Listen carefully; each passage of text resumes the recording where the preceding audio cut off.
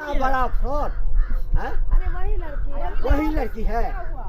हम चश्मा लगाते हैं इसका मतलब ये नहीं है कि हम अंधे हैं, हमको दिखता है। अभी मंदिर पर जब लड़की देखने के लिए गए थे, यही लड़की थी। हाँ यही थी। सारा सब झूठ बोल रही है। हम ये शादी नहीं करेंगे। ये लड़की थी। नहीं, ये लड़की थी। वो लड़की इससे मोटी थी और देखने में बिल्कुल गोरी थी, सुंदर थी। और ये काली कलर थी। चेंज कर लिया आप लड़की को, दूसरा लड़की से हम शादी कभी नहीं कर सकते। उस लड़की को बुलाइए तब हम शादी करेंगे, नहीं तो नहीं करेंगे। कोई कहता था कि शादी विवाह में ये होता है, लेकिन आज देखने को मिल गया। हम विश्वास नहीं करते थे। देखिए इज्जत का सवाल है। तो इसका मतलब कि आपके इज्जत का सवाल है और हमारा इज्जत नहीं है। नहीं, हमारा इज्जत नहीं है। सब